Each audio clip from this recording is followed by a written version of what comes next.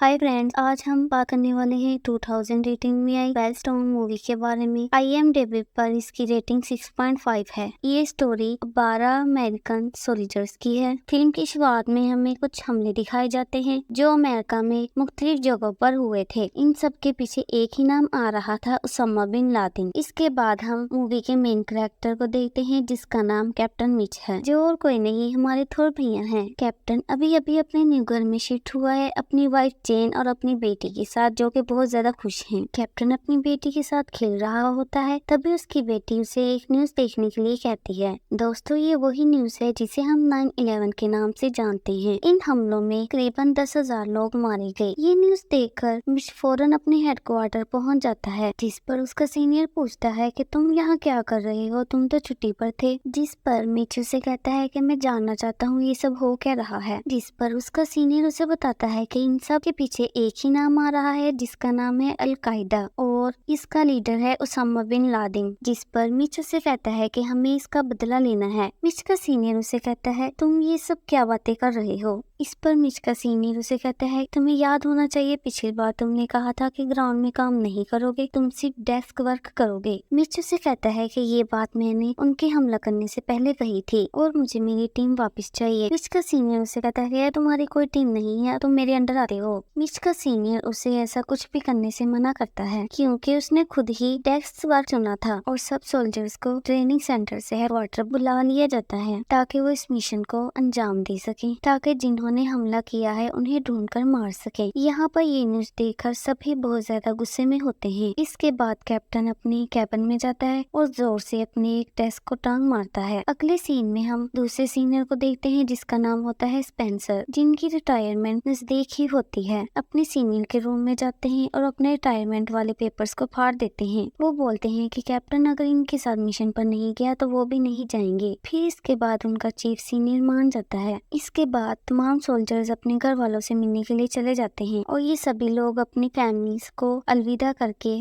अफगानिस्तान के लिए निकल जाते हैं। इसके बाद कैप्टन की टीम अफगानिस्तान पहुंच जाती है, लेकिन अफगानिस्तान में इनको इनके टारगेट पर पहुंचने से पहले अफगान बॉर्डर के 92 किलोमीटर इनका K2 बेस है। K2 बेस पर लैंड होती है। वहां पहुंचने पर कैप्टन और स्पेंसर की मुलाकात कर्नल से होती है, जो कि वहां पर कैप्टन का इंटरव्यू लेना शुरू कर देता है। वो उसे बोलते हैं क्या तुम पहले कभी ऐसे कम्बट मिशन पर गए हो, तुम्हें हजारों तालिबानों के बीच में क्यों भेजो। कैप्टन उसे जवाब में कहता है कि हमारे मुल्क पर जो भी हमले हुए हैं, ऐसा अटैक पूरी दुनिया में किसी पर भी नहीं हुआ। जिस तरह का अटैक हम तालिबानों पर करने वाले हैं उसका एक्सपीरियंस किसी को भी नहीं है। ये जवाब सुनकर कर्नल थोड़े इम्प्रेस हो जाते हैं और फिर वो उन्हें बताना शुरू कर देते हैं। वो बताते हैं कि तालिबान और अल-कायदा की फंडिंग उसामा बिन लादेन करता है और उन लोगों को वो सब कुछ प्रोवाइड करता है जो कि हमारे पास मौजूद है, जिसमें सारे हथियार, रॉकेट लॉन्चर और टैंकर्स हैं। अब यहाँ पर कैप्टन के अंदर काफी ज्यादा गुस्सा भरा हुआ है क्योंकि उसके मुल्क के बेकसूर लोगों को मारा गया है।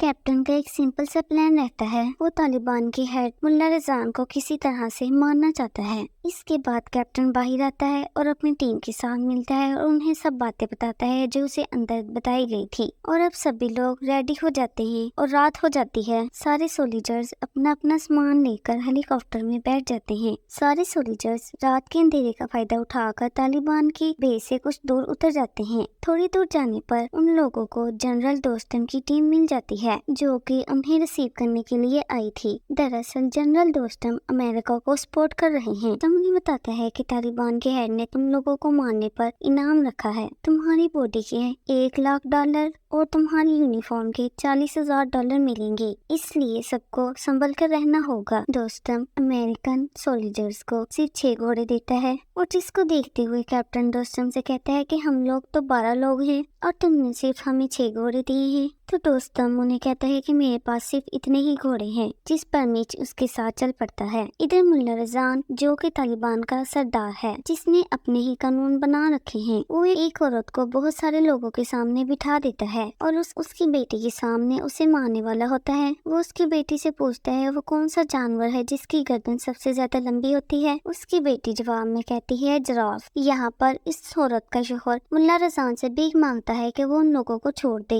पर उसे उन लोगों पर कोई रहम नहीं आता। जब उस औरत को एहसास होता है कि वो मरने वाली है तो वो अपनी बेटी से कहती है कि बेटी तुम्हें हिम्मत रखनी होगी, और तभी रिजान उसे गोली मार देता है और उसकी वहीं पर मौत हो जाती है। रिजान की सोच एक जानवर की सी है जिसे सिर्फ लोगों में दहशत बनाना आता है। अब रिजान उस शहर में बोलता है कि जो भी बच्ची 8 साल की है वो स्कूल नहीं जाएगी और पढ़ाई नहीं करेगी। दरअसल जब से तालिबान ने अफगानिस्तान पर कब्जा किया हुआ है वो इस तरह की मनमानियां करते हैं, अपने ही कानून बना रहे हैं। दूसरी तरफ कैप्टन और दोस्तम एक गांव में पहुंच जाते हैं जिस गांव का नाम होता है बेचम। वो पूरा गांव तालिबान के अंडर में होता है। उससे 25 मील की दूरी पर मज़ार शरीफ होता है जहां पर मुल्ला रज़ान मौजूद होता है। इस गांव में सिर्फ आम आदमी रहते हैं जो कि अफगानिस्तान के लोग हैं। वहां पर पहुंचते पहुंचते अंधेरा होने लगता है, इसलिए कैप्टन और उसकी टीम इस गुफा में रुकने का सोचते हैं और अगली सुबह उन पर एयर स्ट्राइक से हमला करेंगे। अब रात हो जाती है और सारे लोग आराम करने लगते हैं। वहाँ कैप्टन के पास दोस्तम आता है। वो कैप्टन से पूछता है कि तुम्हारे लोग पैदा क्यों दे रहे हैं, तुम लोग मेरे मेहमान हो और तुम्हारी हिफाजत मेरी जिम्मेदारी है। जिस पर कैप्टन उसे कहता है कि हम लोग सिर्फ ऑर्डर फॉलो कर रहे हैं और हम कोई मेहमान नहीं, हम तुम्हारे साथी हैं। जिस पर दोस्तम उसे कहता है यही फर्क है तुम में और मुझ में, तुम्हारे ऊपर कई ऑफिसर हैं और मेरे ऊपर सिर्फ अल्लाह है। ये बोलकर दोस्तम वहाँ से चला जाता है। वहाँ के टू बेस में एक औरत कर्नल को आकर बताती है कि कैप्टन ने कुछ खाने का सामान और सर्दियों के लिए कपड़े मांगे हैं। वो अभी को बाकी लेक के पास ठहरे हुए हैं। उन्होंने अपने 6 लोगों को बेस छोड़ दिया है क्योंकि उनके पास सिर्फ 6 ही घोड़े थे। घोड़ों का नाम सुनकर कर्नल को शौक लग जाता है।